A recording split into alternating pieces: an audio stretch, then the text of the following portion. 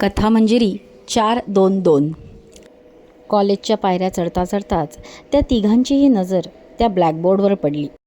आजचा अग्रलेख हा आपल्याला 1970 सालात ॲडमिशनची प्रोसेस कशी होती, कॉलेजेस कशी होती, मध्यमवर्गीयांचं आयुष्य कसं होतं, ते टॅक्सीनी जायचे का, हॉटेलमध्ये खायचे का, बायका त्यांच्याबरोबर जेवायला बसायच्या का, ह्या सगळ्यांविषयी सांगते.